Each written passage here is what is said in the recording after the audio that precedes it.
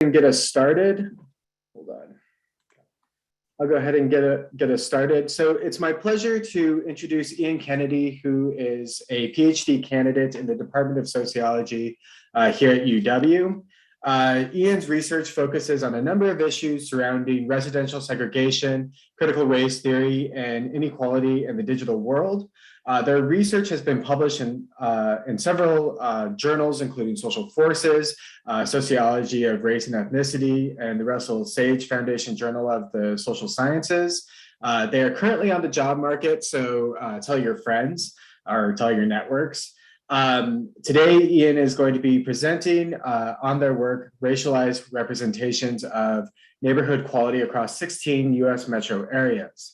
So just to remind you of the protocol that we have during our meetings, if you have a question for Ian, please place your question in the Q&A chat box. At the end of the presentation, we'll have a chance for them to answer your questions. And just with that in mind, without further ado, I'll pass it over to Ian to start their talk. Thanks so much, Peter. I'm going to throw up my presentation.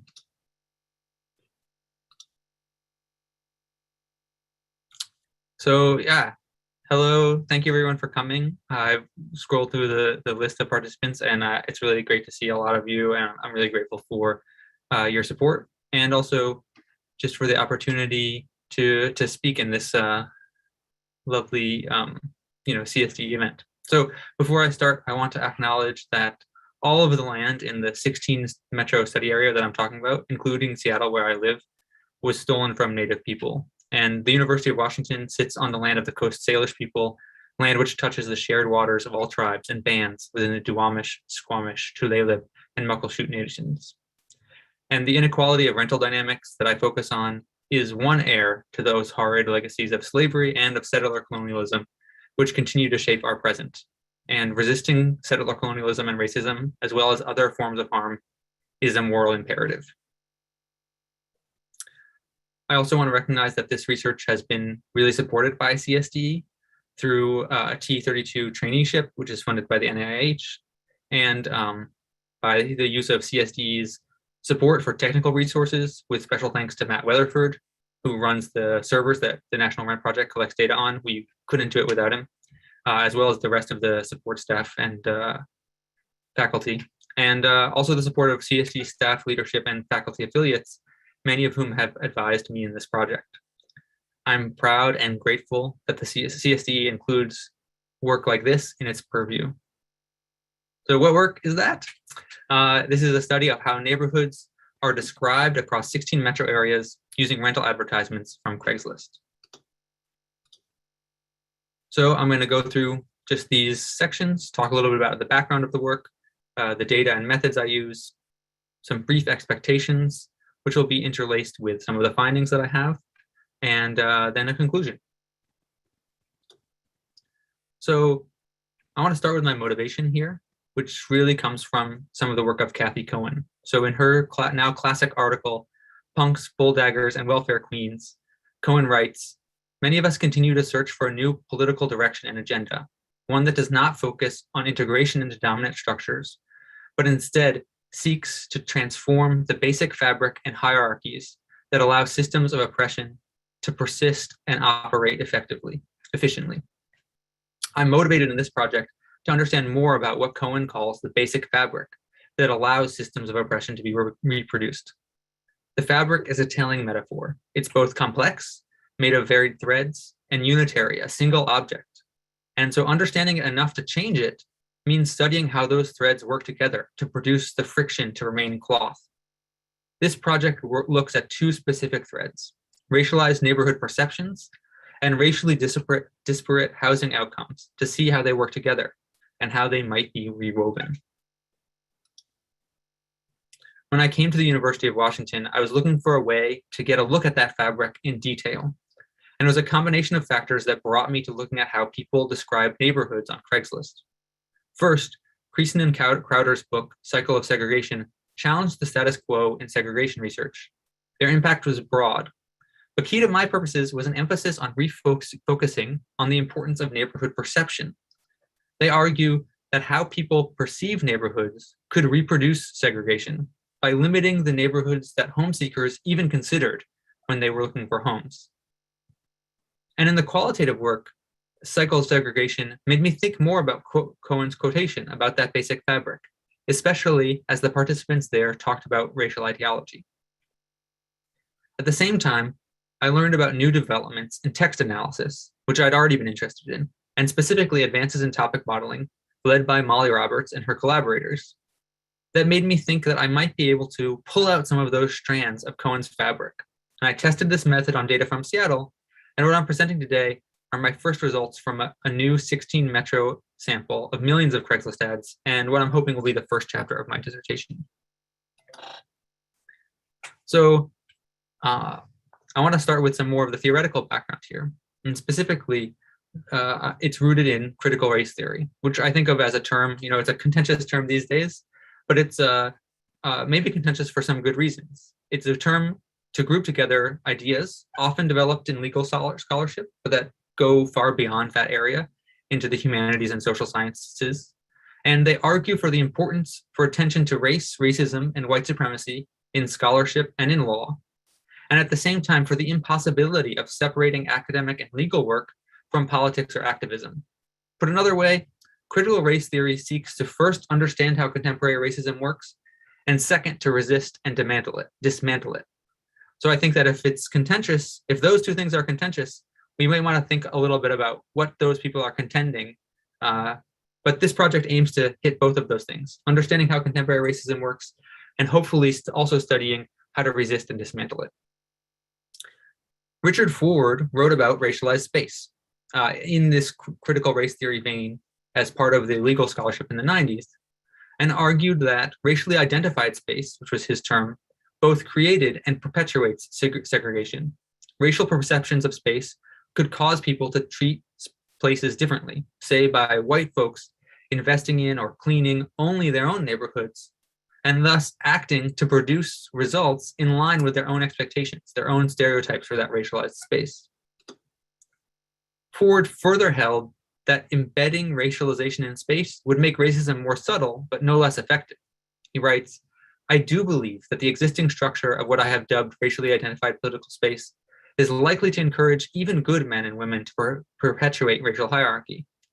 In this context, I take that to mean that reading Craigslist ads isn't necessarily aimed at revealing racist intentions of people writing the ads, but understanding how text writers could perpetuate racial hierarchy regardless of their intentions. How maybe exactly the text that they write itself could do that work." And those theoretical roots now have strong empirical bases, for instance, in Courtney Bonham's social psychological work. Through careful experimentation, she shows that participants carry strong racialized beliefs about space, and those beliefs differ depending on the race of the people whom those participants think live there. For instance, her subject viewed white spaces as clean and wealthy, while considering Black spaces as impoverished and run down. I seek to build on her experimental work to see if those racialized beliefs about Black and white space are also in the advertisements that I read. And also what other forms of racialized ideology the text might reveal, and possibly to find hints on how to resist that ideology. Speaking of racialized ideology, there's also a rich discourse in sociology about racialized ideology. Both Ford and Bonham emphasize how people perceive space as racialized. And since my focus is on the text, I need to also engage with scholars studying racialized discourse and ideology. Eduardo Bonilla Silva argues that the shape of contemporary racist discourse makes racist language harder to spot, which he calls colorblind racism. White people especially have a vested interest in seeming non-racist, so they guard their language carefully. He explains this possibility in structural terms, writing, "Because the enforcement of the racial order from the 1960s onward has been institutionalized, individual whites can express a detachment from the racialized way in which social control agencies operate.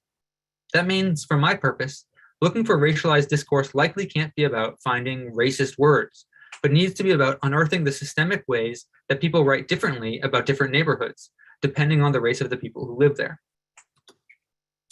Patricia Hill Collins is another leader in the study of racial ideology and discourse.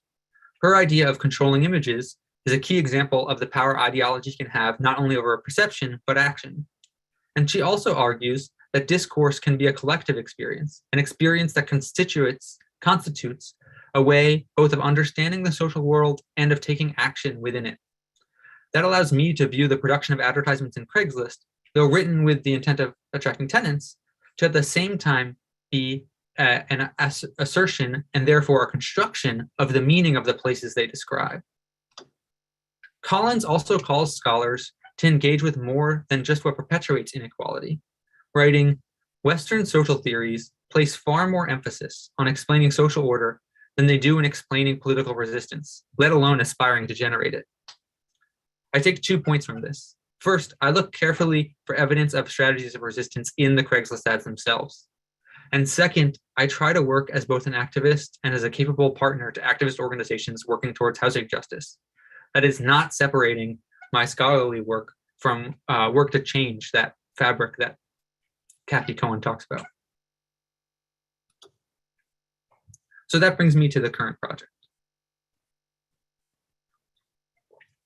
I'm interested in connecting a history of racialized housing dynamics, which are represented in the present of where people live, for instance, in my home city of New York, and think about how that present might be shaped by the discourse in the Craigslist rental ads. So it's worth taking a moment just to reflect on how in the United States, racial housing dynamics have always been spatially and discursively encoded in both law and housing advertisements. Redlining, like in this map from Seattle, restricted the availability of federally subsidized loans in non-white neighborhoods based on racist claims about neighborhood quality. And restrictive housing covenants at the top of the map, like this one from a house near where I live, were written into deeds and made it illegal for non-white people to occupy those homes. Those policies were intertwined. Many new developments, like Levittown in New York, were required to have racial covenants to be eligible for federally insured loans. And this discursive exclusion wasn't limited to legal policy. It extended to rental ads like these two from Seattle. The top one from the 1930s specifies whites only, while the bottom one references neighborhood housing covenants with the phrase restricted area. My project investigates the current status of the investigation of the intersection between ideas about neighborhoods, race, and rental advertisements. I started this work in 2017 when I investigated what I came to call racialized discourse. I focused on Seattle, using rental advertisements from Craigslist to see how their text varied systematically across neighborhoods with differently racialized populations. I had access to the ads thanks to UW's National Rent Project, founded by our own Kyle Crowder. But while that work showed that racialized discourse existed in the rental advertisements, Seattle is not really a generalizable case. It's fairly white and less segregated than many American cities, though that integration has come through partially gentrification and displacement. So I've expanded my work to look at advertisements from 16 metropolitan areas, which is what I'm talking about today. I strove to include cities from various regions, of various sizes, and with variation on metro level segregation, drawing from Creason and Crowder's typology in cycles of segregation. To collect the data, the National Rent Project, which I'm part of, uses the Helena web scraper developed by Sarah Chasins to gather advertisements from over 100 Craigslist markets every day. For this paper, I only use advertisements from those 16 metro areas, which I showed on the map, from February to August 2019, which is about 2.5 million advertisements. To run the analysis, I take the advertisements and clean them up and deduplicate them, reducing the corpus to about only 600,000 advertisements. And then I fit a structural topic model, or STM, with 50 topics. So the topic model assumes that each of the documents, which are these big Ds over here, is made up of some proportion of each of the 50 topics. So those are these Ts here. And that each topic is made up of a vector of probabilities, how likely it is to observe each word in the corpus conditional on the topic. STM iteratively fits values of the document topic proportions and the topic word probabilities, trying to fit the observed data, that is the ads themselves, which are translated into a bag of words format, as well as possible. The model converges when the change in the model parameters is small across iterations, leaving an estimate for the proportion of each document that can be attributed to each topic. But interpreting the topics means reading the texts. For each topic, I collect both the words with the highest probabilities, which are kind of like the words that are most associated with that topic, and a selection of at least 20 advertisements, which are heavily weighted in that topic. And then, like Matilda, I read them carefully.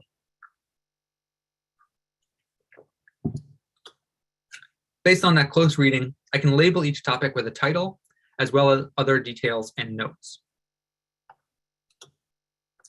To identify racialized discourse, and specifically which of those topics can be described as being racialized, I take advantage of the fact that the advertisements are located in space, and that the space of American cities has been racialized through that history of explicit racist and segregatory laws and the present of segregatory practices. Like I said, this is my home city of New York, colored by tracked census racial composition.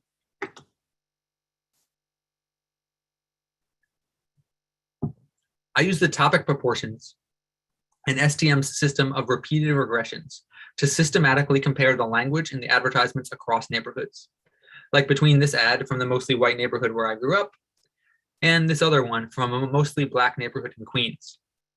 I add other covariates to account for economic and housing stock differences and metro fix effects. So what are the expectations during this analysis? I draw heavily from Catherine McKittrick's work, where she writes simply, racial sexual domination is an ongoing spatial project. Contemporary racialized housing dynamics aren't just an atavistic holdover from the days of redlining, but are continually reproduced by this ongoing spatial project of domination, she argues. So my expectation is that this analysis will recover traces of that project of domination, traces that reflect the racialized nature of neighborhood perception through the discourse of the ads. And so what I find is that at least 9 of the 50 topics clearly describe neighborhood features. And all of these topics, based on those regressions I described, are somewhat racialized. And 6 are what I consider to be strongly racialized, which is kind of a judgment call, but just means that they have particularly large difference in their prevalence depending on the neighborhood group. Today, I'm going to focus on just 2 of these topics. Topic 50, which I've labeled positive adjectives location, and later on I'll talk about topic 36, which I've labeled historic charm. So here are the top terms and some examples for 2 of these topics, because positive adjectives location is superficially similar to another topic, topic 12, which I call positive adjectives unit, which wasn't on the list that I just showed you because it doesn't describe neighborhoods. And their similarity is kind of a testament to the necessity of close reading when using topic modeling, or really any kind of computational text analysis. The top terms for both of these topics are mostly just positive words, but looking at the examples shows that positive adjectives unit is limited to enthusiasm for the rental property itself, while positive adjectives location praises the area, the location, the neighborhood.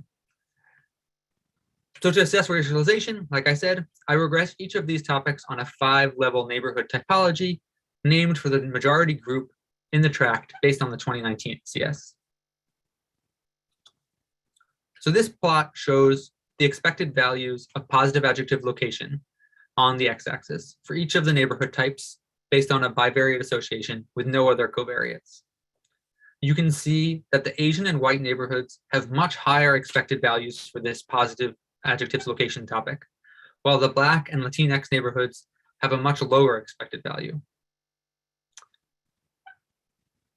This kind of implies that the Asian and white neighborhoods are described more positively in the ads than the Black and Latinx advertisements from Black and Latinx neighborhoods are. And people will often ask me if these results are due to economic factors. And indeed, this model that I'm showing you now has no other covariates. The history of structural racism has systematically disinvested and disadvantaged Black and Latinx neighborhoods especially, and non-white neighborhoods generally. So it's possible that this reflects simply that disinvestment. But I'd argue that that makes the bivariate case still important. it actually reflects that history of economic discrimination. But I also estimate models with a bevy of socioeconomic and housing stock controls. So with those controls added, the results do look somewhat different. For instance, Latinx neighborhoods look quite similar to white neighborhoods in the analysis. But Asian neighborhoods still have the highest expected proportion, and Black neighborhoods still have by far the lowest. So with or without controls, it seems like the Craigslist ads systematically describe Black neighborhoods less positively than other neighborhoods. And this sadly aligns strongly with critical race expectations that racism, and specifically anti-Blackness, is deeply embedded in the United States, and further connects to Bonham's experimental work where participants devalued neighborhoods where they believed Black people lived. And finally, this reflects the history of redlining and legal segregation, where redlining was a legally enforced way of judging Black neighborhoods as being less valuable, of having lower neighborhood quality. I think it's still important to understand how race, economic status, and neighborhood quality intersect. The confidence interval, for instance, for the Black neighborhoods is really wide here, even though it doesn't overlap or is even close to the other neighborhood types. Could, for instance, poor Black neighborhoods be just driving this whole result? I examined that possibility by plotting the interaction between the neighborhood type and the tract level median income. This figure plots that race income interaction with the tract median household income on the x-axis and the estimated proportion of topic 50 on the y-axis.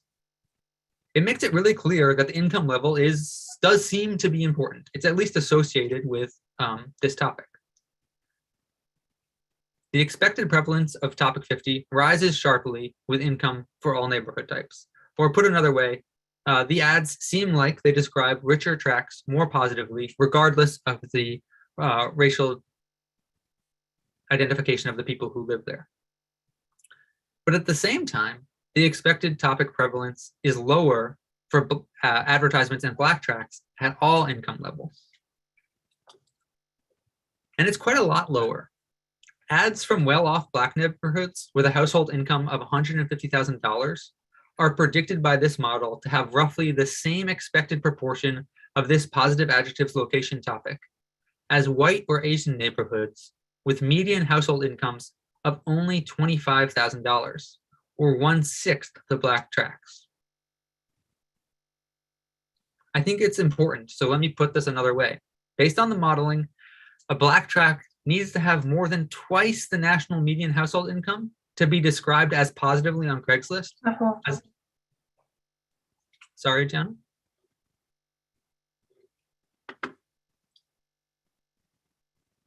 I'll just say that again. So let me put it another way. Based on this modeling, a Black tract needs to have more than twice the national median household income to be described as positively as a white or Asian tract, where the median income is less than half the national median.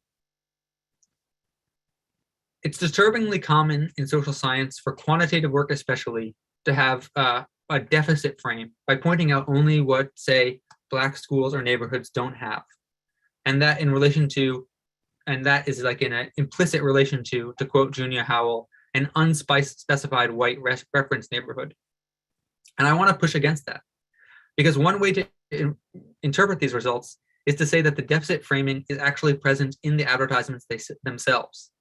They describe Black neighborhoods less positively, even when those neighborhoods do have resources.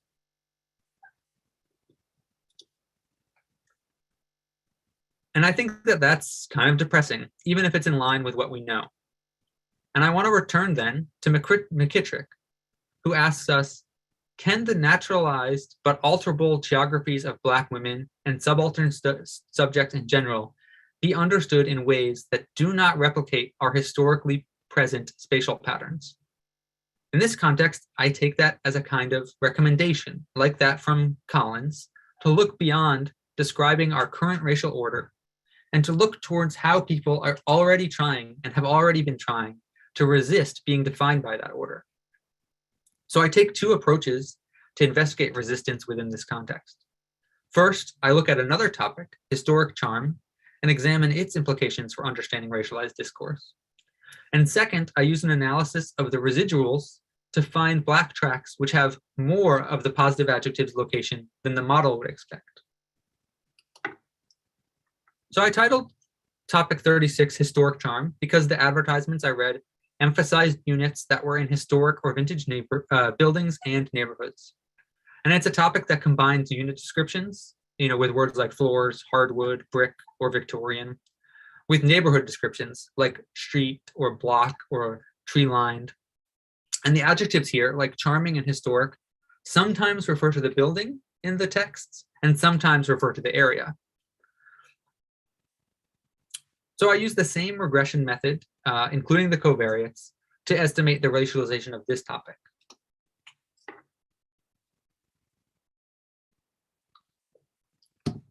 In contrast to positive adjectives location, historic charm is most common in terms of the point estimate in Black neighborhoods, and similarly prevalent in Latinx and white neighborhoods. Many Black neighborhoods in cities like New York, Atlanta, New Orleans, and Philadelphia are indeed historic. The Black communities in those cities are strong and have been there for a long time, and this historic charm discourse seems like it could be a reflection of the strength of those communities. It's also true that segregation policies like redlining often forced Black communities into areas with the oldest and worst housing stock, and now pre-war and other historic architecture is desirable. So these results might also reflect gentrification patterns that make those older housing stock units more desirable in the present. It's also really important here to note that the Asian neighborhoods have the lowest expected amount of this topic. It's true that Asian Americans are one of the fastest racial groups in the fastest growing racial groups in the United States, and that a large proportion of Asian American families came to the United States within the last 70 years. But my model controls for the age of the housing stock in the area, specifically the share of the units built after 2010 and the share built before 1940. So I don't think it makes sense to think about these results simply as a reflection of the age of the buildings in Asian neighborhoods or places where the Asian population is high, because I think the model would have accounted for that.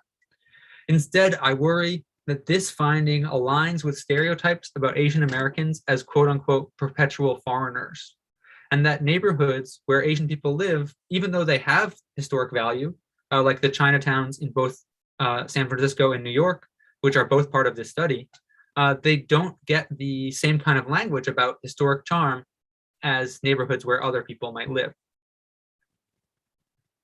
So looking at the historic charm may find one source of resistance to the general ideology that devalues Black neighborhoods, although it may also reveal other kinds of racialized discourse within the ads, especially racialized discourse about Asian neighborhoods. I use a second approach also to investigate possible resistance to the lack of positive language in Black neighborhoods by looking at the residuals. My intuition is to find Black tracks that have more of this positive neighborhood language than a model would expect using the same covariates I use in the main analysis. I took the average proportion of my positive adjective locations topic observed in every tract that had at least 10 advertisements. So I'm changing from an advertisement level analysis to a tract level analysis. And then I regressed that tract level average on all of the same tract level covariates I used in my main analysis. This is a group of economic and housing stock variables, which I'm happy to show you at the end of the presentation if you're interested. And this plot shows all of the Black tracts in my data that have more than 10 advertisements with the model's predicted amount of the positive location adjectives on the x-axis and the observed amount, the observed average on the y-axis. The orange tracts are the 10 tracts with the highest positive residuals, where the observed value was the largest relative to the modeled value, where we might say that these tracts were described much more positively than the model expected them to be. I read all of the ads we collected from those 10 tracts carefully and coded them qualitatively. Here are 8 of those 10 mapped into their cities. The other 2 of the 10 are, one is in Charlotte, North Carolina, and the other is in Newark, New Jersey as part of the New York metro area. Each of these tracks kind of has its own story as to why I think the residual is high.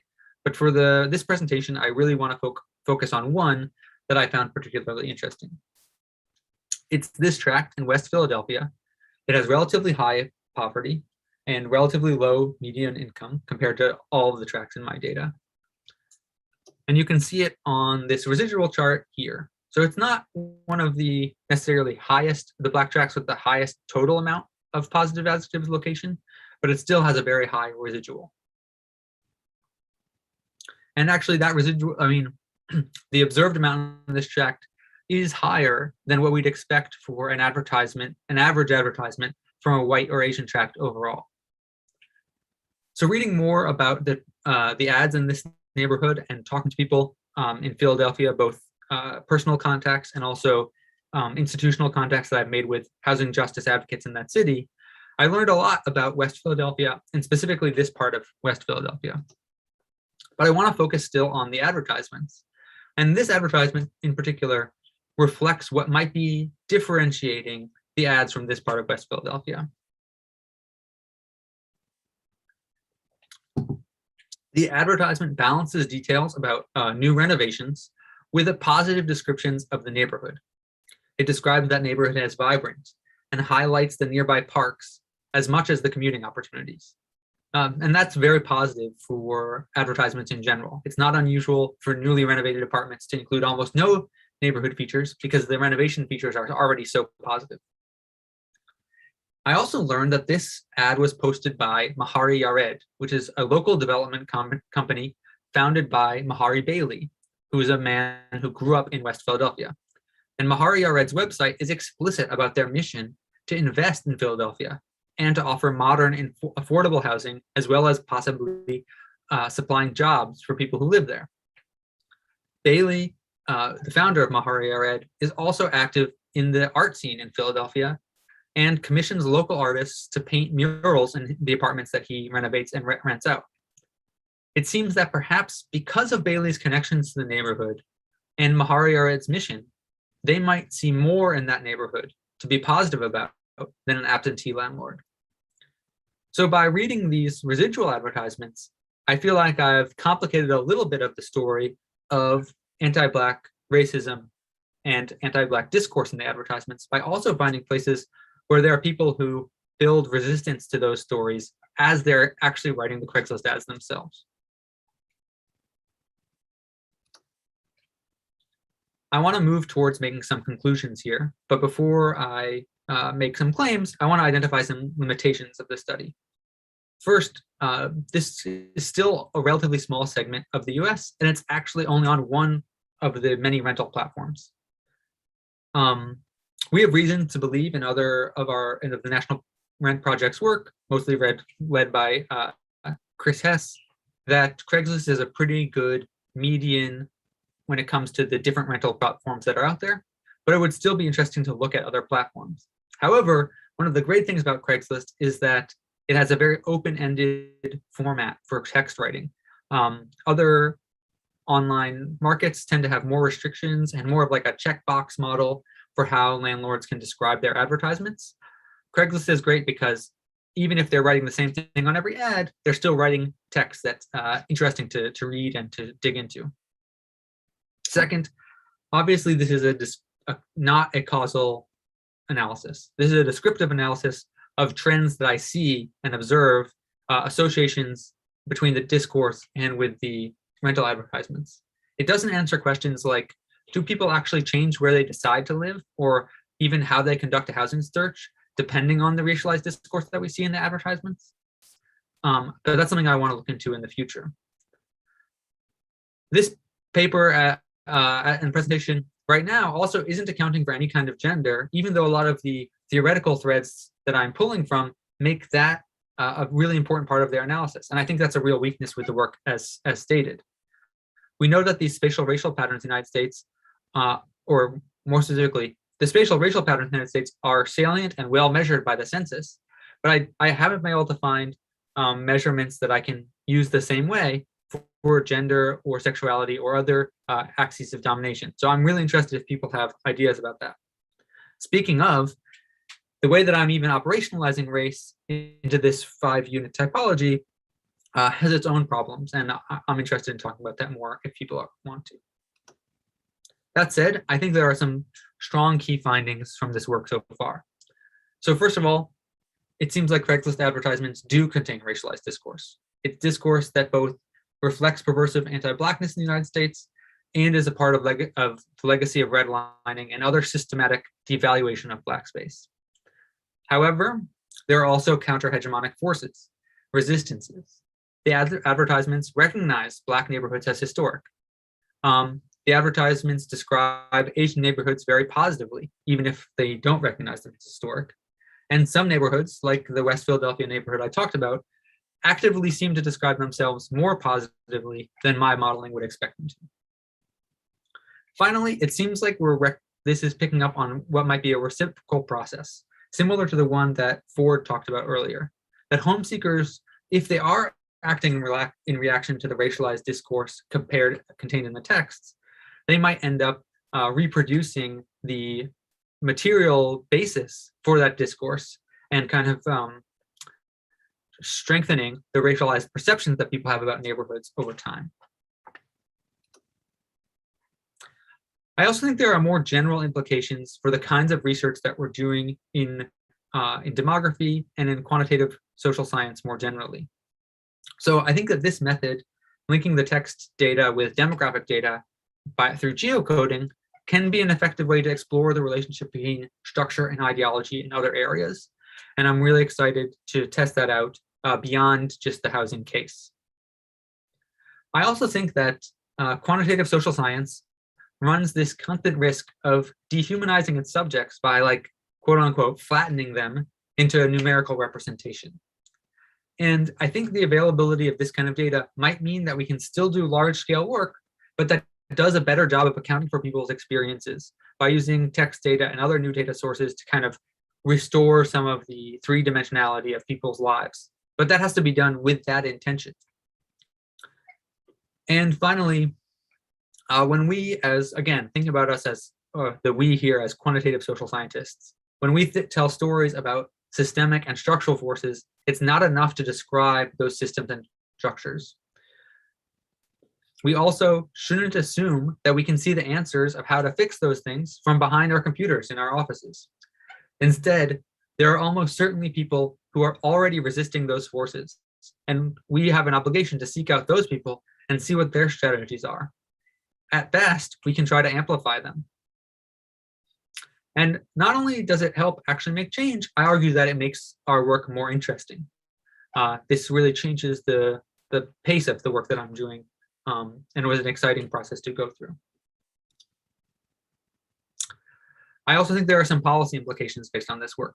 So a lot of times discussions about housing inequality come down to person-based approaches, so giving money to somebody so they can live in a better neighborhood, versus place-based approaches, which give money to develop areas, say by making more parks or more resources, or maybe for firms to build affordable housing in those places. But I think this really pushes for a community-based approach. How can we make it so that it's more likely that the people who are writing texts about neighborhoods also care about the neighborhood? And I think one of the easy ways is to make sure that they themselves have roots in the neighborhood. I also think that this work pushes to some platform interventions. You know, Craigslist and the other housing platforms have a responsibility not to participate in the reproduction of racialized discourse and racialized perceptions of neighborhoods. Something that they can do that might be quite easy is help landlords emphasize existing community resources like nearby parks, rather than only on-site amenities when they're writing their advertisements. And finally, I think that this points to the fact that there is an ideological struggle here that I alluded to at the beginning, talking about critical race theory. There's a real debate right now about whether or not this kind of racism exists. I argue that contemporary racism is deeply embedded in the way that Americans talk about everyday things, not just about neighborhoods. And everyone, but especially white everyone's, need to work on techniques to undo and resist that ideology. But we also need to stand up for the fact that there's really strong evidence that the kind of racism that that critical race theories assert exists. And we can't stand by while that's being made illegal to teach in the K through 12 educations of states like Texas and Alabama.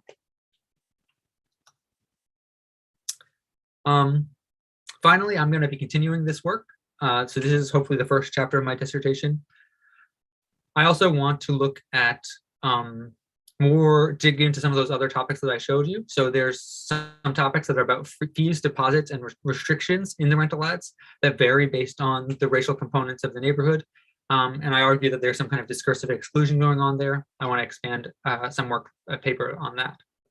I'm also working on developing a survey experiment that will test the impact of racialized discourse on readers. And finally, I want to try estimating classical segregation indices using the Craigslist neighborhood names and compare that with indices calculated using the census aerial units. All right, that's it from me. Thank you very much for having me, and I invite your questions and comments, and I'm happy if you would send me an email if you're interested in more details, or if you'd like to use National Rent Project data for your own work. Thanks very much.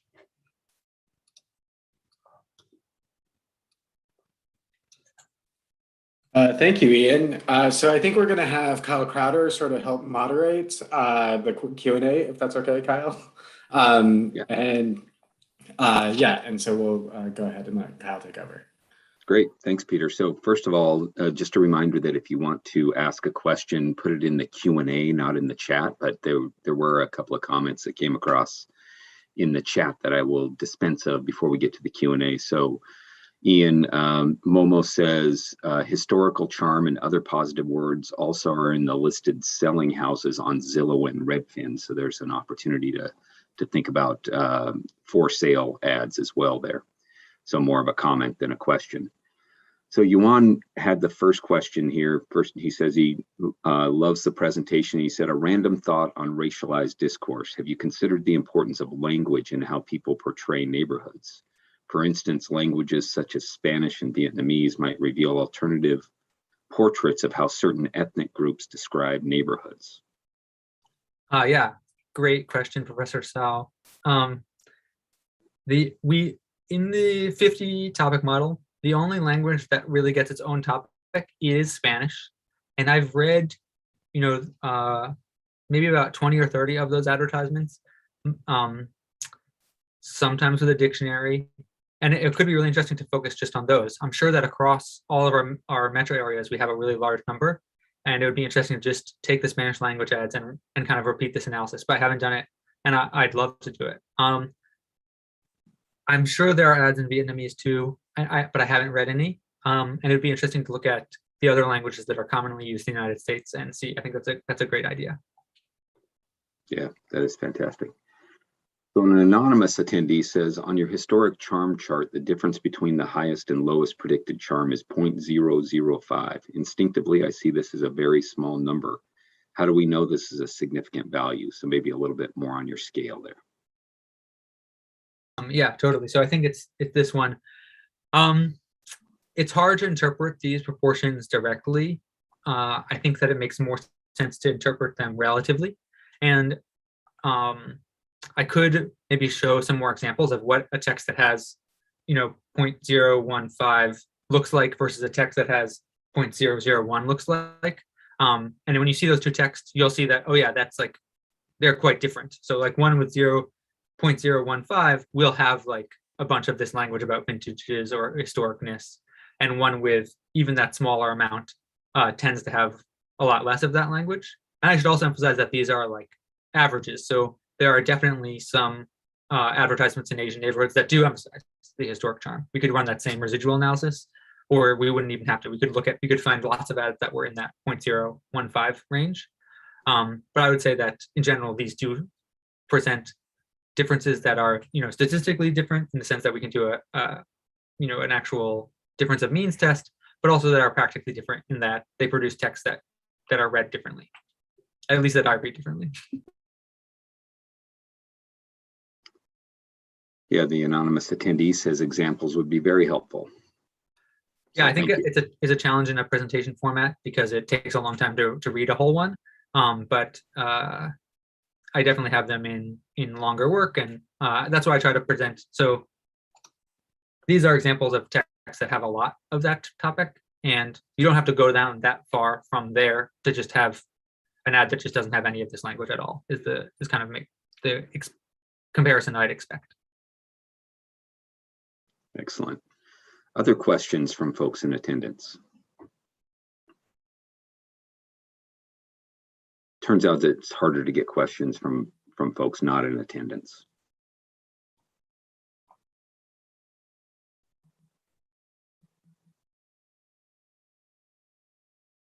So Yuan has another question there, which I can take if you want, Kyle. Yeah, please.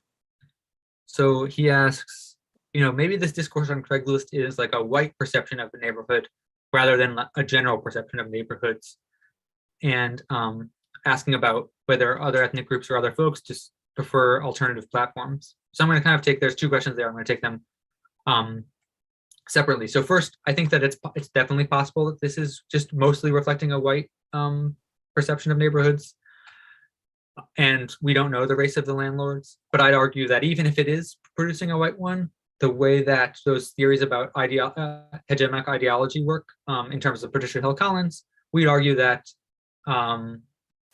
that understanding that white version is still important if we're interested in understanding how racial ideology works in the United States. As for the second one, yes, I think we really do know that that people prefer other ways of looking for homes, and I think the evidence seems to be that more and more people are looking online. They're looking on lots of different places online. Facebook Marketplace is very common, but very hard to scrape. And there are a lot of people who still use personal networks and rentals for rent signs to search for homes, and that it does seem like those people are more likely to be non-white folks than white folks, and more likely to be poor than not poor. Is that fair, Kyle, do you think? Yeah, that's a good characterization. Yeah, so we have an old friend asking a question, Mesh. It says, admittedly a job talk question. Are there ways that these new computational methods can be combined with traditional measures of segregation, such as the index of dissimilarity, to improve our understanding of spatial segregation? Or are your methods more of a new alternative to existing approaches? Yeah, I think that I'm going to go for both there, and say that I really am interested in ways that we can combine them with traditional metrics. So one of the things I'm thinking about is using what I think of as like online socially constructed neighborhood spaces and comparing them to traditional tract level ones. But I think that it would be interesting to look at how the ads just compare with indices of dissimilarity overall. Or maybe it would be cool to kind of see if you could find ways to investigate microsegregation using, say, like the Gini index. I think I would love to be on a paper like that.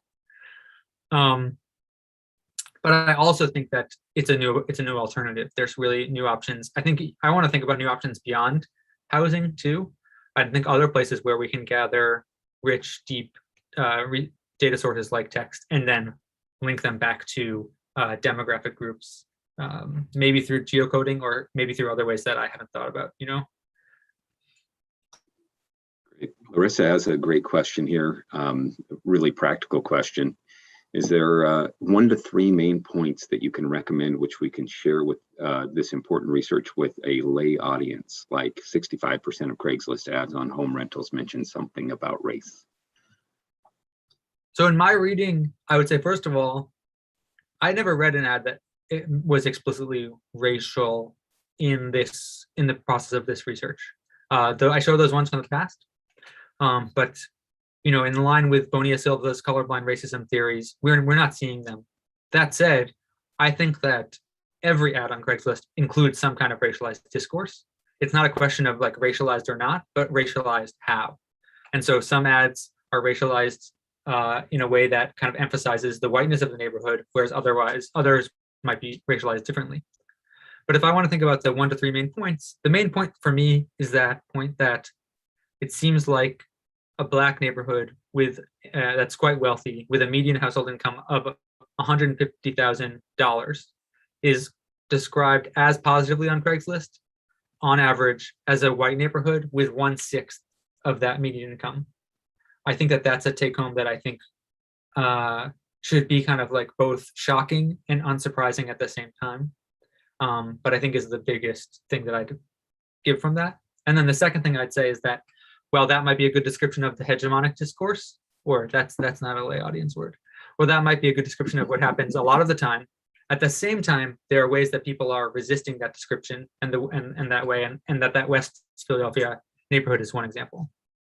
Yeah, I think that's a really good a good explanation, and the way I've heard you describe it before, that's really compelling. I think to general audiences, what you're revealing is how racialized processes are kind of baked into seemingly benign non-racial language, right? So I think this is a really important point.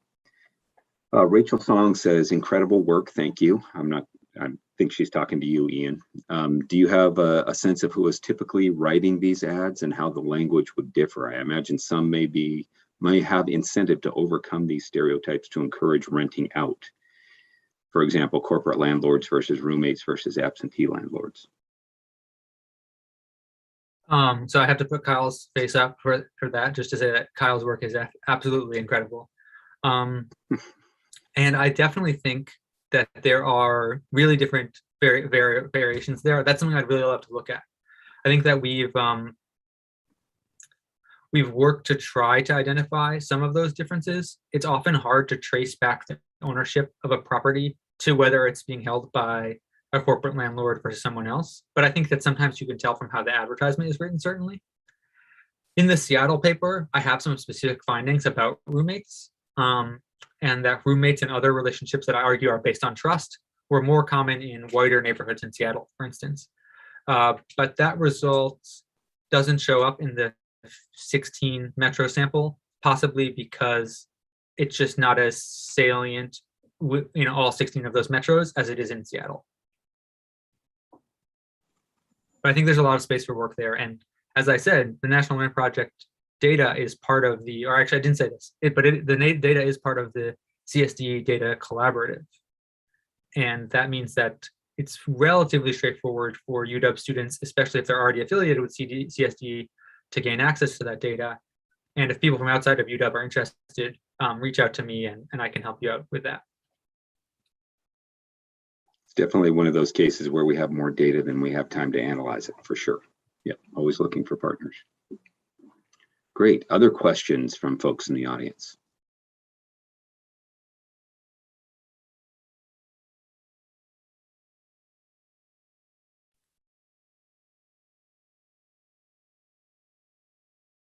All right, so an anonymous attendee says, this work is fascinating. I'm curious if the keywords in the ads contain public school rating.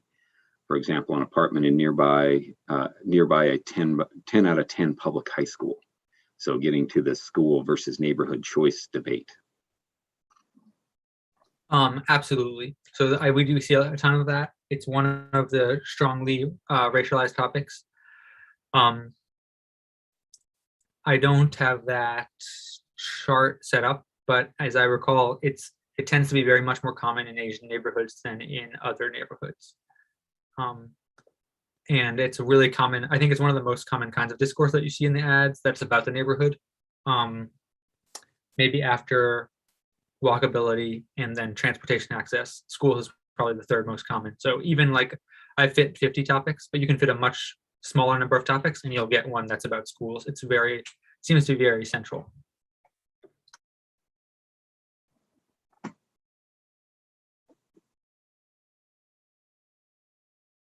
Well, great. I think we have time for one more question if anyone has one burning on the tip of their mind.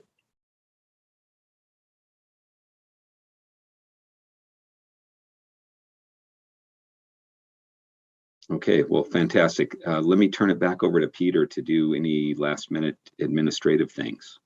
Yeah, so thanks, Ian. That was fantastic.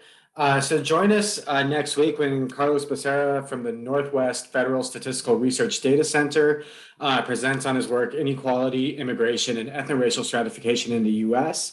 Again, we're going to be on Zoom, so watch out for the links. So thanks for